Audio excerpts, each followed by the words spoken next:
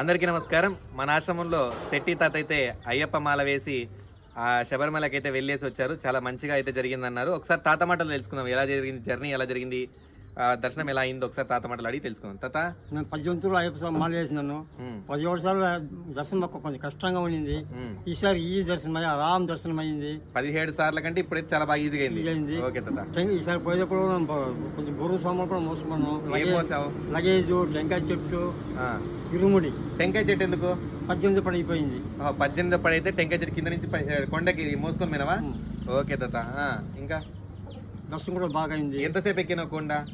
మేము ఇక్కడికి సాయంకాలం మధ్యాహ్నం 2 గంటలకి ఇడిచినాము.